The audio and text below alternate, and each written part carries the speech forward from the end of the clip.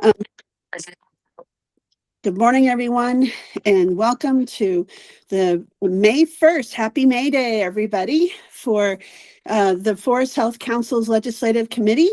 And I don't know what happened to April, but it was a beautiful, wonderful, productive month. And we had a great Forest Health Council meeting up in Fort Collins, and the work continues. So call this meeting to order. Let's do roll call. I think we have just enough for quorum. Good morning. Yes. My internet is running a little slow, so excuse me if I miss things y'all are saying. I'm gonna run down the list. Samantha Albert. Yeah, same on the internet side, Courtney, but I'm here. Good to see you all. Good to see you too. Pat Dorsey. Christina Berry. Morning. Morning, Christina. Commissioner Jody Shattuck McNally. Good morning, present. Mark Morgan. Good morning. Good morning, Mark. Julie Stencil. I think we heard from Julie she wasn't going to be able to make it today. Commissioner Veronica Medina. Good morning, everyone. And Allison Lurch. Good morning. Wonderful. We do have quorum. Yay. All right, let's move on to the minutes. Did anyone have a chance to read them or have any issues or anything to add or change? If not, I'd welcome a motion to approve the minutes. I'll move. Is there a second? Second. Awesome. First and second, any further discussion? All those in favor? Aye. Aye. Is there Aye. anyone opposed? That passes unanimously. Great. Thank you all. And now let's look at our next item, which would be looking at kind of an update. There's a lot of things still in appropriations, I think, Allison, and I don't know if you're going to give us a quick update, but I've been trying to follow some of bills I've been tracking, and it seems like there's a bunch of big ones with human services and everything that dropped the last day or two, but it's going to be a fast and furious ending. Yeah, we only have a few. I guess it's kind of hard, right? Because we haven't met for a bit. So as a legislative committee, so how far to go back is what I was trying to think about today.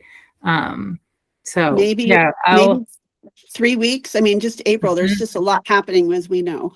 Yeah. Well, the bills that are still like in process, just really quick, Senate Bill 26089, which was the Recreate Wildfire Matters Interim Committee. That bill is still parked in appropriations. And as we all know, we only have just a little less than 2 weeks left of session. So we're still watching that bill, but it hasn't been moving. So I'll probably have an update here on that early next week and where that one goes. I believe we all probably the last time we have met and maybe not. So House Bill 261205, which was the bill of Colorado State Forest Service Good Neighbor Authority bill, which came out of our legislative recommendations. That one was signed into law on the 13th of April. So congratulations, everyone. That one passed through both committees and yeah, for the Gov's signature, it was signed with a lot of other bills. We tried to get a bill signing for that one, but that was just kind of part of a bill signing package. The other few that we had been following were House Bill 261213, which was the Sunset Biomass Utilization Grant Program. That was for Colorado State Forest Services Biomass Utilization Grant Program, and to follow the sunset recommendations. And that one passed both chambers as well, and is heading to the Gov signature for the Gov signature. So those have really moved through.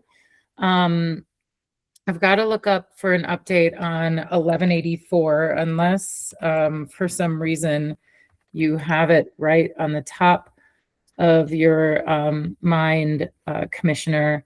But 1184 is our bill, or that's what I like to call it. That's following the recommendations of following the recommendations of the Sunset Report to continue the Forest Health Council for another 7 years. This one has had a couple amendments as it's moved through. I think you all know that one of the first amendments was to remove the 2 legislators from the council.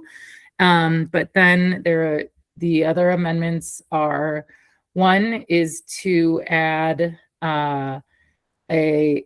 I'm trying to get the exact language here, so hold on one second. So one amendment is to add the Commissioner of Ag or their designee.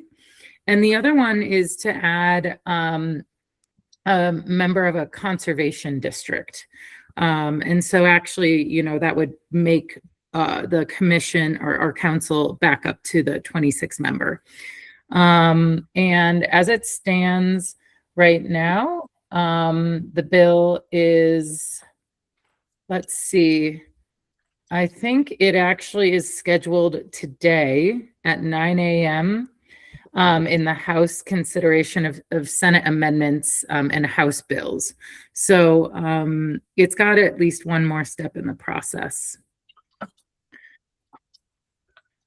I believe there was some, when the second amendment was passed, or there's been many amendments, that the amendment that was passed for adding the conservation district, that there's something with the wording of the conservation district amendment that didn't align with some previous amendments. So I think they're reviewing that today.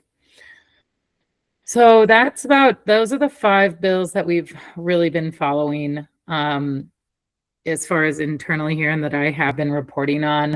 One other bill, though, that I know the State Forest Service and the DNR have really been following and working on is what we call the pollinator bill. And so that's House Bill 261132.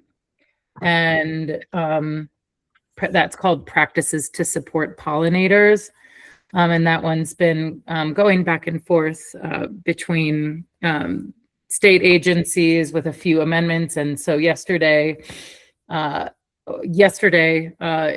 great news, it passed with the amendments that the State Forest Service had been working on. So that was a great thing. They're not posted on the website just yet. I was just looking to see if I could share that with you, but those amendments should be posted. So that one is also moving through. Commissioner, that's really what I have to report on right now. Thank you. Any questions?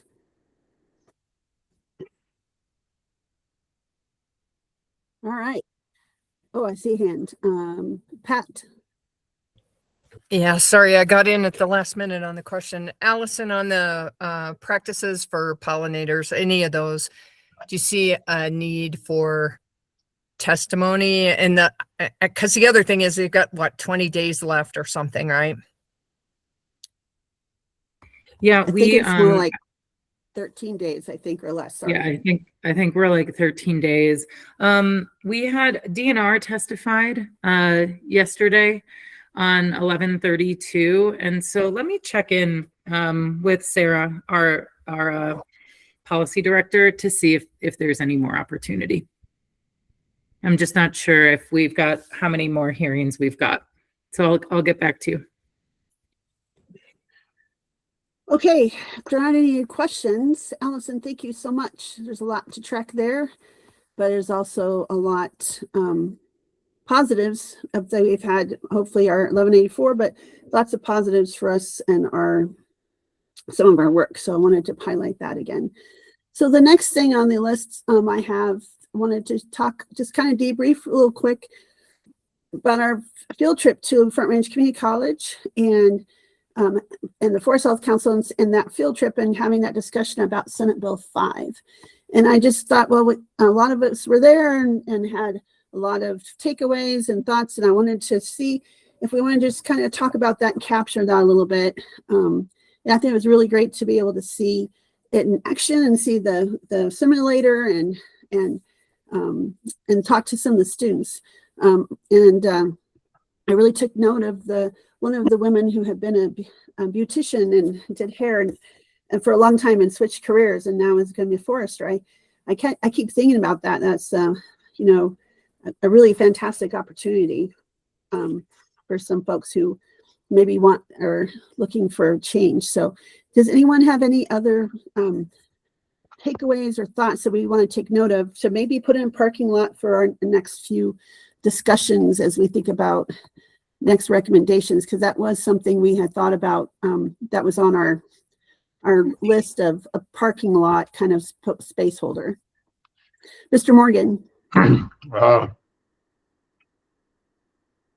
Just yesterday we had, and well, twice this week, we had groups out from CSU and from Front Range Community College out at our facility here, doing some tours and some things. And I keep coming back to the idea that we need to look younger.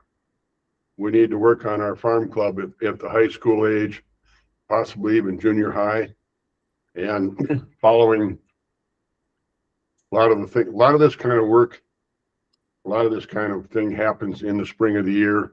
A lot of logging companies and a lot of are kind of shut down or they're slow, so they do this kind of work, and so it kind of gets concentrated. And I just noticed that out in Oregon, again, I think at the Oregon Logging Show, they toured like, it was a huge number, and I don't want to miscount it, but it was like 12 or 1,300 high school students went through that show. And I think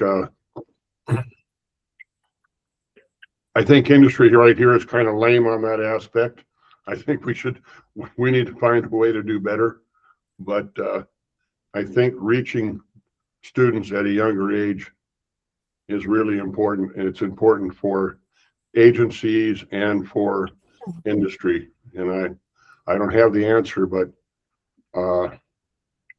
I think that's absolutely critical right now.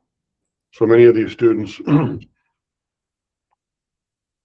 interestingly enough, yesterday in the group that I had 4 people told me that this was their 3rd junior college attempt, and that the first 2 attempts they had were in different fields, and they didn't even know about this field and what was available. And so they were pretty decent people, and they just thought, you know, we didn't even know about this. We didn't even consider it. We didn't have an idea. And to me, that's kind of a failure that we didn't reach them earlier. Just an indicator. Cool. I have to step away just for about a minute or two, Allison, or just you guys just keep kind of spitballing and be right back. I apologize. I needed to step away just for a moment. Thanks. Yeah, that's okay, Commissioner. Yeah, Mark, thanks for your insight on that. And I couldn't agree more that that sort of aha moment of folks later on in their that oh, I didn't know this was I didn't even know this could be a career.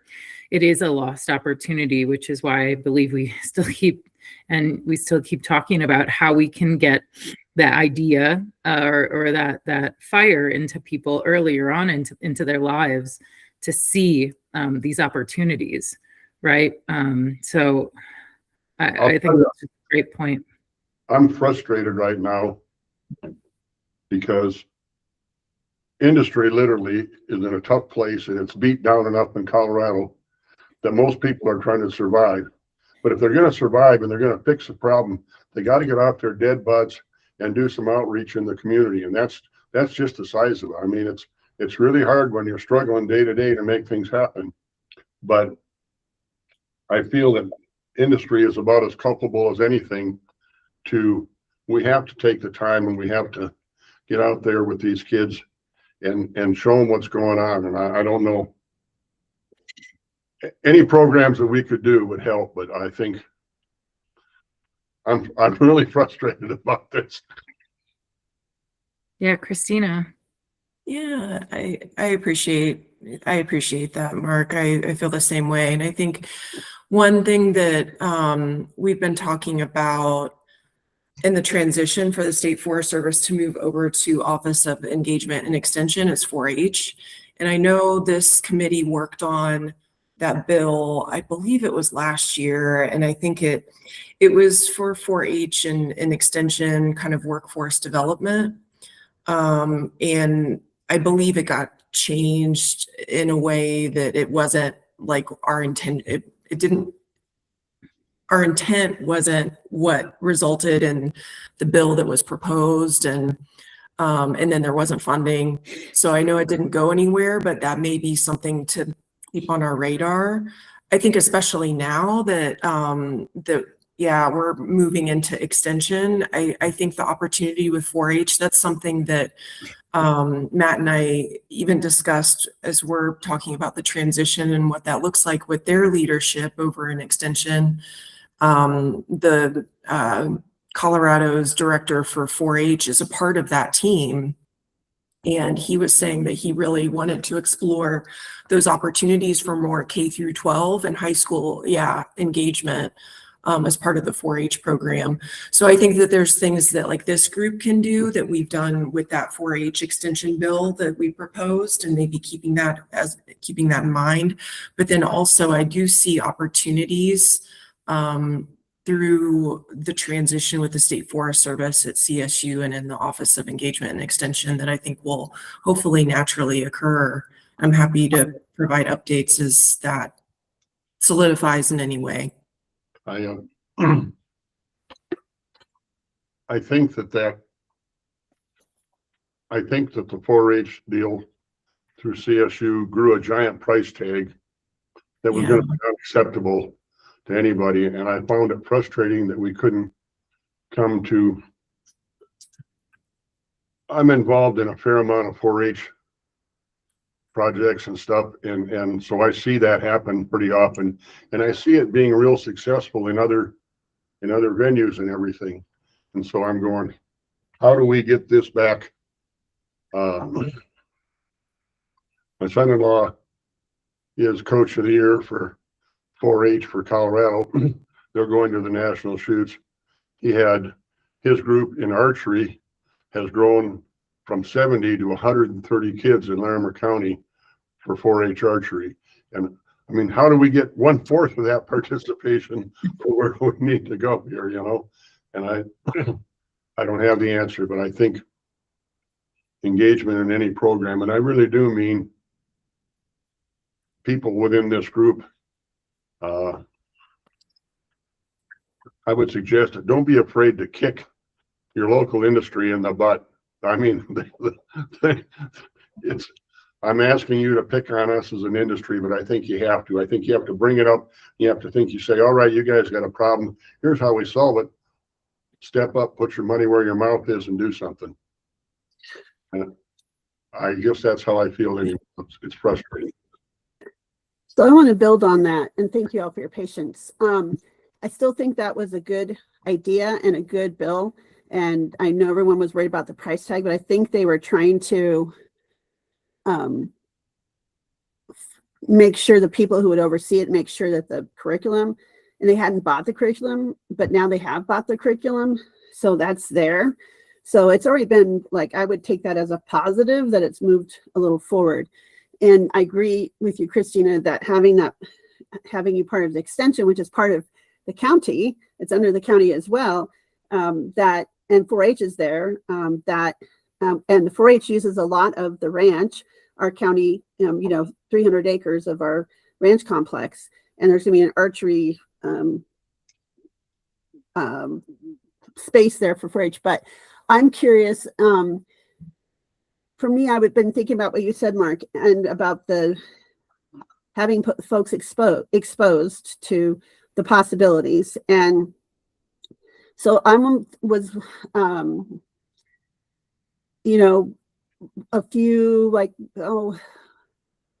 5 years ago out at the ranch, a bunch of trades, welders, pipe fitters, sheet metal, all kinds of folks brought all kinds of hands-on equipment to the ranch, and they would spread out all over the campus, and school districts from anywhere could, there was plenty of parking, and the kids could come for half a day. If the district had money, they can come for a full day. There's places for them to have, their kids sit down and have their lunch. And I went and participated and walked around, and the energy was just vibrating with the students and the industry folks who were trying to share. And there was some welding. I got to do some welding, but it was very safe. But I keep thinking, when we talk about bringing partners together, we haven't really tapped into that workforce development piece, which is what funded those youth being trained at Poudre High School or with Mr. Morgan's opportunities. And so I'm wondering if, with the school districts who are struggling with funding, but would have to have the students bus there, and having industry come and having the ranch, and how, just for an idea, right? If we pilot something like this might help to show the cost and the engagement. But if that campus is very large, we could have industry come, and American Foresters have already come to that campus and had their national program. If we encouraged or reached out to industry to bring everyone together, and maybe there's some workforce development grant that could pull things, and even if students wanted to come from a different school district, there's a hotel right on campus that maybe they could provide cheaper rooms for one night or something. And could we bring in and pull everything together just to pilot something for students? It would take a whole lot of planning, and I don't think it would be for us. We'd have to encourage to bring all these partners together and have industry work with workforce development at the state, and there's one regionally for welding, Larimer working together. And how could that bring also 4-H and maybe other sectors of industry or hands-on trades, and even electricians and plumbers, and then also have a section for forestry over there. And it might help spread out the cost for everyone, including the school districts. But there is a cost, right? A lot of these things, to bring students in and bus them, and it all has a cost. And so I was curious about that. And I still think you're right. We need to kind of look at that 4-H bill. I think it was good idea. And I know that maybe there's, now that they purchased the curriculum, there's possibilities of maybe moving it still forward. So those are my thoughts on that. Mr. Morgan, your hand's back up. Do you want to add on to that, or what do you think about that? I do want a couple comments here. On the deal down at the ranch, I don't know, like you say, 4 or 5 years ago, we put a piece of heavy equipment down there, and a Delimber harvester, and we brought it in down there to the ranch, and it generated a fair amount of interest and everything. But just being realistic, that costs, even close like that, about $500, $600 each way transportation. So it was a $1,200 cost. So there is cost to anything. And what I found, and just this week again, we had CSU's harvesting class out here, and we had Front Range Community College's Foundations of Forestry class out here. About 30 students in one and about 8 or 10 in the other. And I personally, we tour the yard and we show them, and like, for right now, we have some limited, ideally this time of year, we're trying to make a living. So anything that's really getting it done, we've got up in the woods going on our 2 jobs. So what we have left in the yard is a lame, lean, and lazy, out of date, not very interesting stuff. And so you try to make it interesting and you try to explain to people. But when occasionally over the years, when we actually get a group that comes to the woods, we get a fantastic response where they can climb around and look at things and actually get on them. CSU's class, this last Front Range's class, they actually have been getting some transportation, so they come up to the woods and we just give them free reign of the equipment up there, and they can see what they want and do what they want and learn what they want. And we find that to be way more effective, and we get a lot more. And so I think even the transportation out to our facility, it's hard to be fresh and keep things interesting for them. What I found is it doesn't matter whether it's fire or ecology. This class also was just up to the Boy Scout ranch there with Bob Sturdivant, and that on the ground contact actually in the environment is, I think, what we need to get. And that's why I'm coming back to industry within your community. The barrier to transport these kids should not be, I think that's going to be the cheapest way to get them out there and get them hands-on experience. That would be my suggestion. And the transportation barrier, if we're looking for something to assist in, I think some transportation would be the way to spend our money. That would be what I would suggest. I think forestry, logging, environment happens in the woods. It happens on the mountain. And that's where we need to reach them, I think. I've talked too much. I'm sorry. Oh, thank you for all of that. That's great insights and costs and things. So I want to be able to move on to respect everyone's time because we have a few other things, but I'm thinking over the next couple of months, Mr. Morgan and myself and others, as we've looked at this bill and still having that 4-H bill kind of out there and that pilot idea, maybe, on your free time, Mr. Morgan, for all of us, just writing down some ideas or talking to some folks in industry so we can maybe put some more details or some ideas into some of this work. And so that when we come back, we have maybe more things to lump together and think about. So is there any other burning insights or things folks want to share? I'll just go Allison. really quick, very quickly. One thing that just really hit me that, we had this, it was just so wonderful having the students come in at the end of the day and share their experiences, not just at community college but then moving to CSU and really like breaking down. I felt like they were breaking down the barriers of the big college to the community college. And Christina, I'm so excited about this transition that is occurring with CSFS, where we can possibly engage more with extension and other places and quite possibly make forestry not it doesn't pay very well. So that's always going to be hard. Can we pay foresters just a little bit more? I don't know.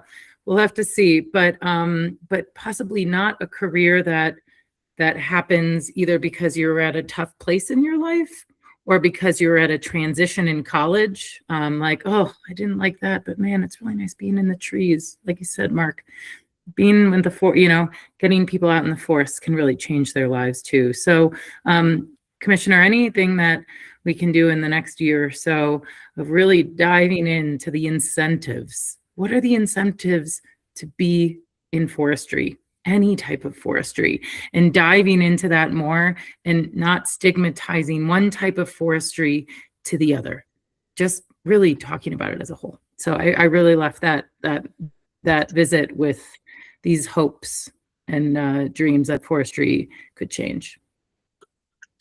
I agree. And I really thought the students' perspectives, and like I said about the woman that was a beautician, I thought, for her, it was like a whole new purpose in life. And what are the incentives? What are the barriers? What are the barriers? Where are the incentives? And what are the opportunities, I think? So I would charge us all to ask around, talk, maybe with extension now being part of this more, maybe Mr. Morgan with with your connections to Front Range Community College.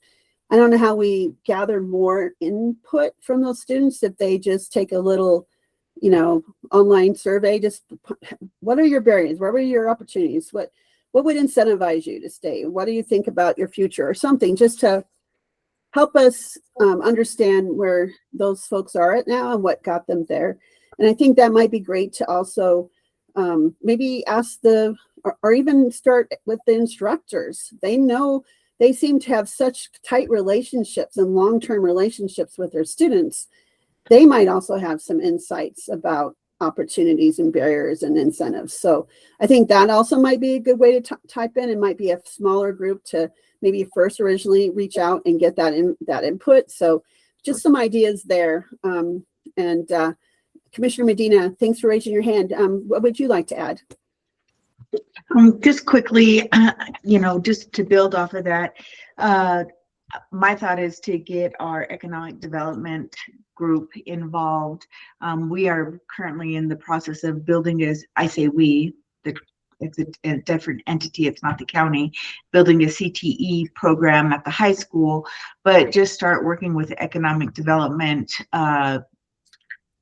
director, the executive director, to just start pulling the kids in from the younger ages and show them what's available.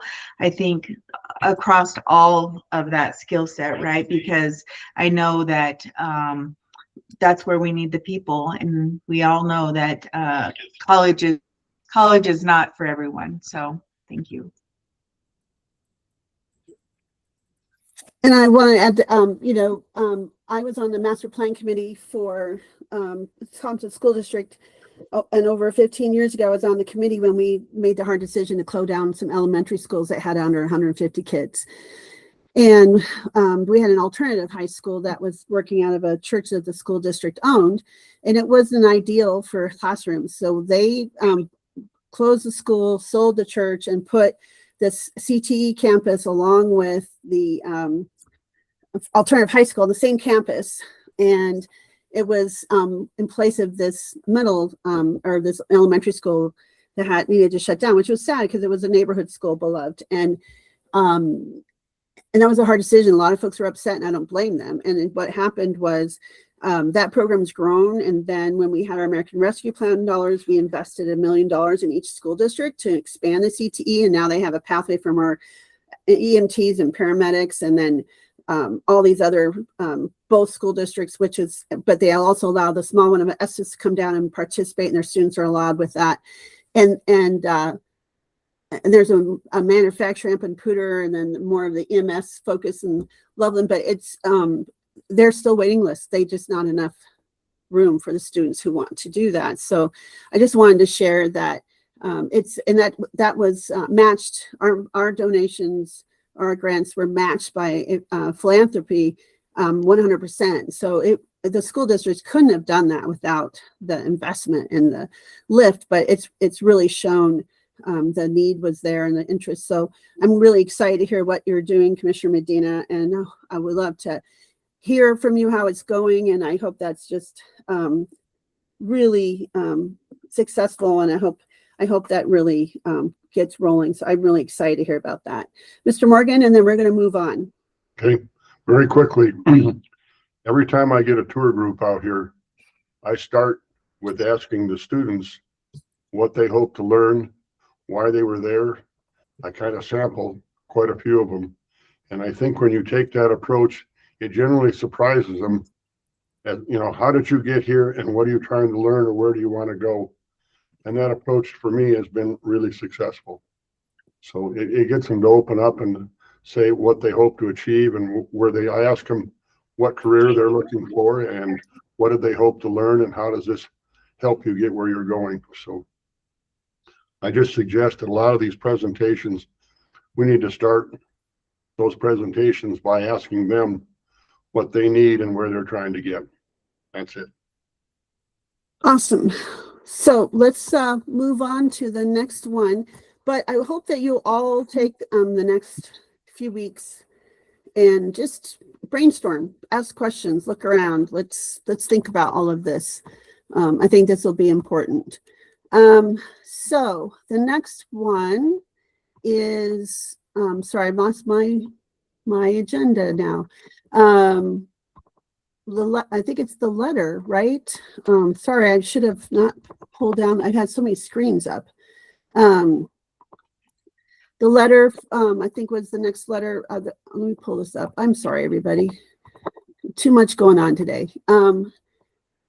The letter for the forestry thing, which I had started a long time ago. I hadn't really touched it since end of March. But I wanted to know if you all had a chance, if it finally came through, since it was acting so weird. If you had any, Commissioner Medina, I didn't know if you had some ideas and some feedback on that.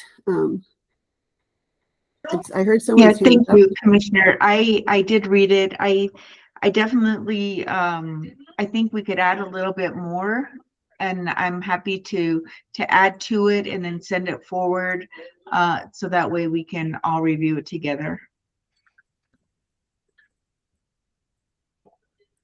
Thank you, Commissioner. Yeah, like I had said before, it was very much just a start, because I didn't want to like write this full big letter, and it wasn't quite where we wanted to go. And so I just wanted to kind of maybe lay out the beginning of it, or the why, but certainly welcome any and all participation to add to that. And maybe we can look at that again. I'm not sure the timeline or what this looks like. Just of note, the Farm Bill passed out of the House, which has been a struggle since 2018, and forestry and some of these things are attached in there. And so I just wanted to note that. I know the National Association of Counties is thrilled it's gone out of the House, but it still has some federally, since we're looking at this as a federal letter, we might want to I know I'm going to be getting on a plane to go to a national conference and speak on a panel about wildfire. And we're going to have some discussions on what else needs to be changed. So, oh, that's a great idea, Pat. So I think we should kind of think about maybe also ask Allison and Courtney federally for the DNR if there's anything in the forestry bill or the farm bill that they think needs to be addressed for the forestry portion of that. And so because it would be now, it's going over the Senate, and there's going to be some amendments. And I think I'm so thrilled it's got some momentum, but it might be the chance for us to reach out to Senator Hickenlooper and Senator Bennett, especially with the Fix Our Forest Acts and other things that we might want to just highlight some things. Any thoughts on that, Commissioner Medina, or anyone else?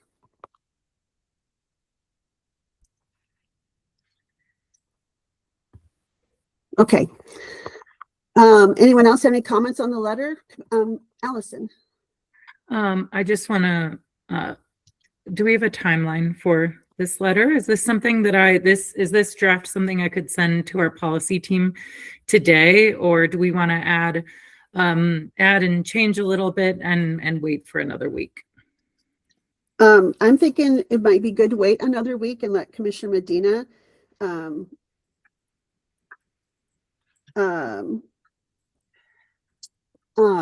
add some things, because it was kind of, her passion after being at Club 20, and I want to make sure her voice and her thoughts are added to it. So how about before you send it, if I'm trying to think, long as we aren't making a decision on a document like that, and we're not communicating, I think we can get in there and make changes on the letter. So I want to be very careful that we're not like emailing and saying, what do you think? And do you want to add this? I think you can go into that document and make hit the comment or make a suggestion for additions or changes. And I welcome everyone to do that. And then we can come back and talk about it, and that would keep us safe. Courtney, I see your hands up. Thank goodness, because I know you probably know better how we should handle this. Oh, well, I was just thinking, I think it's okay to handle this a little bit like the legislative recommendations, in terms of like, I can put it in a Google Doc and share it so that everyone can have access to edit it. I'm not quite as versed in the open meetings laws around shared documents, but I think it's okay to be editing a document together, and then it'll, it would only ever be approved in a in like a total open meeting, committee meeting. Yeah, and I am versed because I ask this question all the time because I'm very sensitive to this for the last 5 years, and there was some gray area there, and so I something we've talked about, and I did ask about this at when we were at the first Mountain Pine Beetle meeting. I had walked over to the Attorney General's office's attorney that was there because I had brought this up in the Mountain Pine Beetle. Could we, or it's all these meetings and all these things we have to do, what is it that we can do online that we can add ideas or look at without the community? So I think if we do put it into the document, like the legislative things, and then people can just, add or put, if you're going to strike or make suggestions for changes, I think we should go ahead and put that in the comments so we don't like change something and someone comes back and changes it back, but put them in the comments and then we can maybe go through it then. So that would be great, Courtney, if you could put it in a Google Doc and people can work on it then. So that would be great. Okay. Any other questions or things on that? Okay, let's move on. I'm sorry, did anyone have their hand raised? I'm trying to look. Okay, so let's have a quick discussion about, oh, and there's something in the comment I want to go back to, Pat. I think, yeah, using social media to tell the stories, I think that would be really powerful. And I'm sorry, thank you, Commissioner Medina. We're going to be moving up here a little bit, but I think,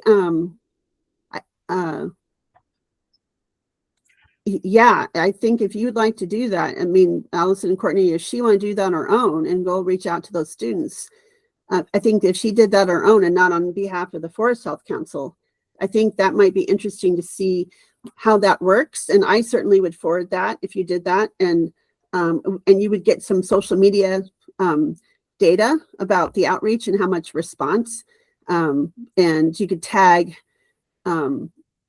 certain high schools or 4-H program. I don't know, just something. It might be interesting, but you would have, if you want to do that, I think it definitely would be, you could not say it was part of the Forest Health Council work because we haven't asked or talked about that. So is that correct? Or Allison and Courtney, she could kind of just do that as a side thing for her to do through her organization and just come back and let us know how it goes. Yeah, I was just going to say, if we do that through RMRI too, we can work with the State Forest Service and the local wildfire adapted communities, the timber industry, all of that. So, I mean, it can't hurt to try. Well, yeah, the only thing I was going to add is if you want to go, so yeah, going that direction through your own organization, of course, we can do that. The other thing we could also do is potentially write a social media story from DNR's platforms as well, and representing the Forest Health Council, and then everyone else can share it. So I think there's a couple avenues that we can do this, but at least gathering those stories, Pat, if you were interested in gathering stories, that would be great. Okay.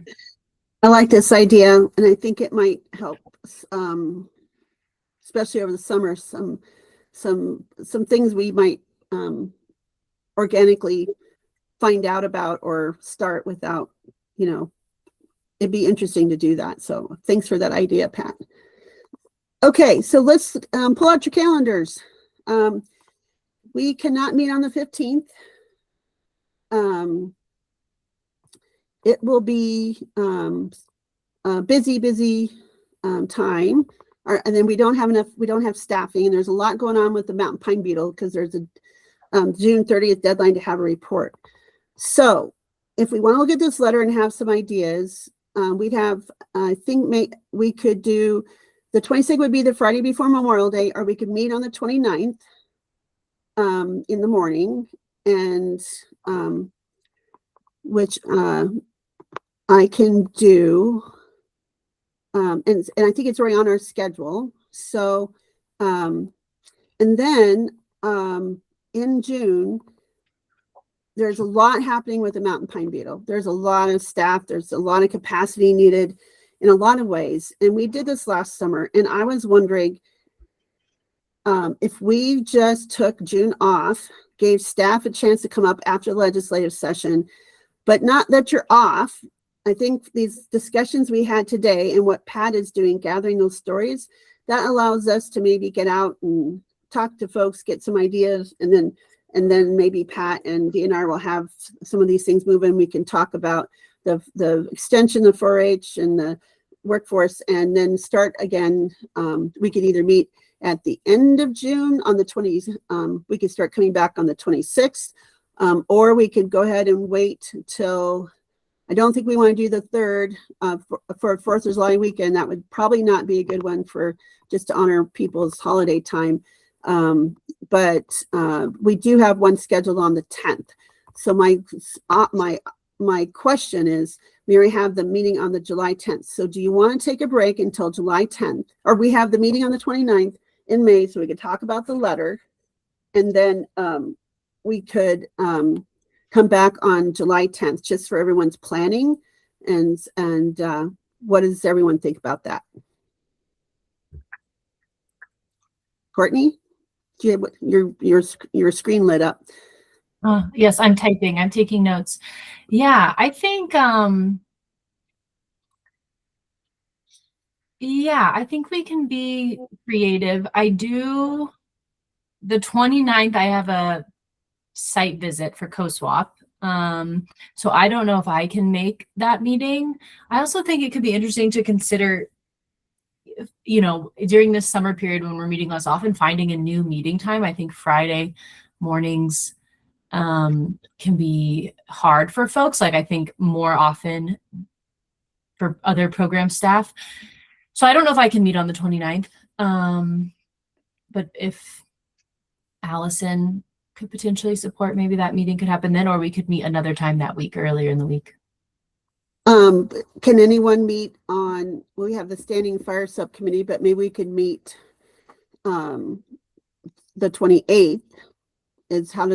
We could move it up a day. And then if you're looking to move times, we probably should do a Google to find out, because we've kind of been doing this cadence. And for me, Fridays are one of the few days I have, I did, not anymore, have flexibility, but I've been making Friday mornings kind of my sacred spot for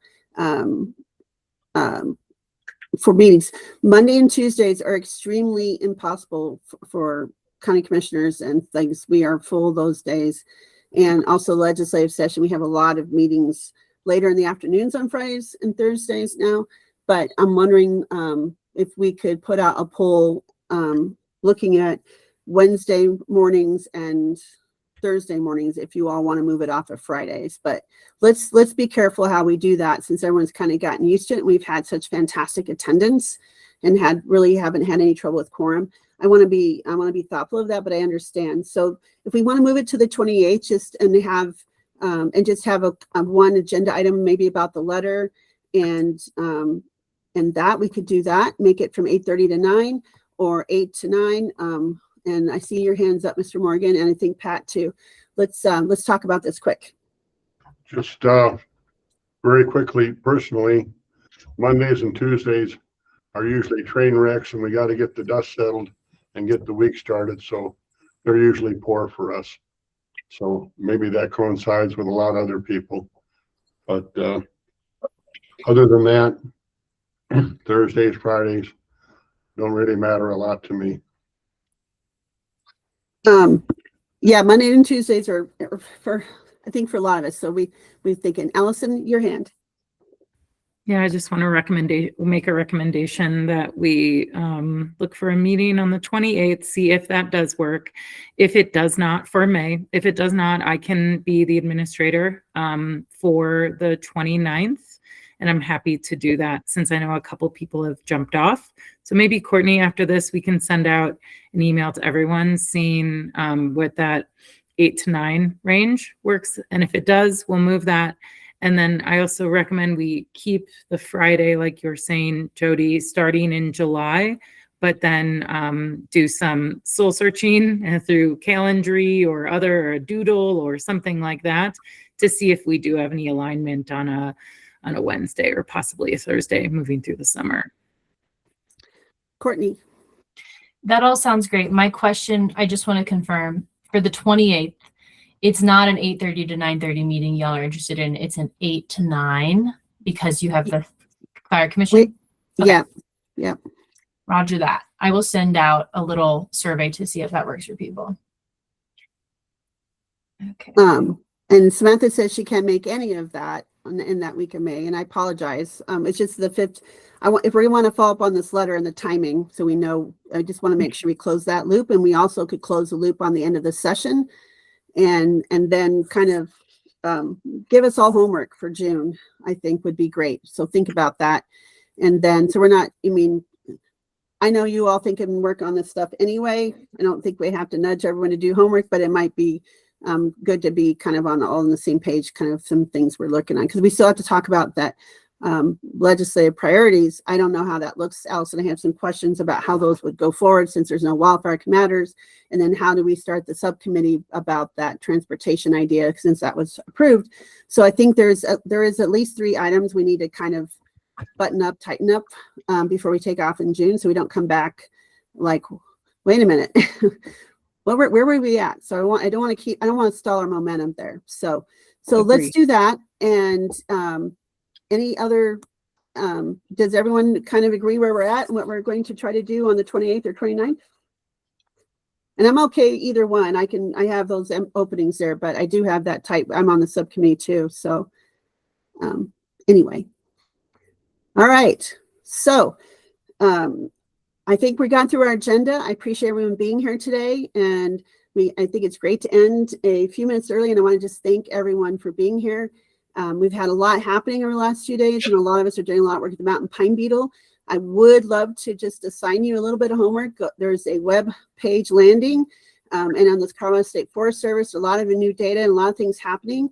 And I think I would ask that you all, maybe as Forest Health Council members, just since we kind of looking for a placeholder to see if there's things we can support, the task force and some of those suggestions.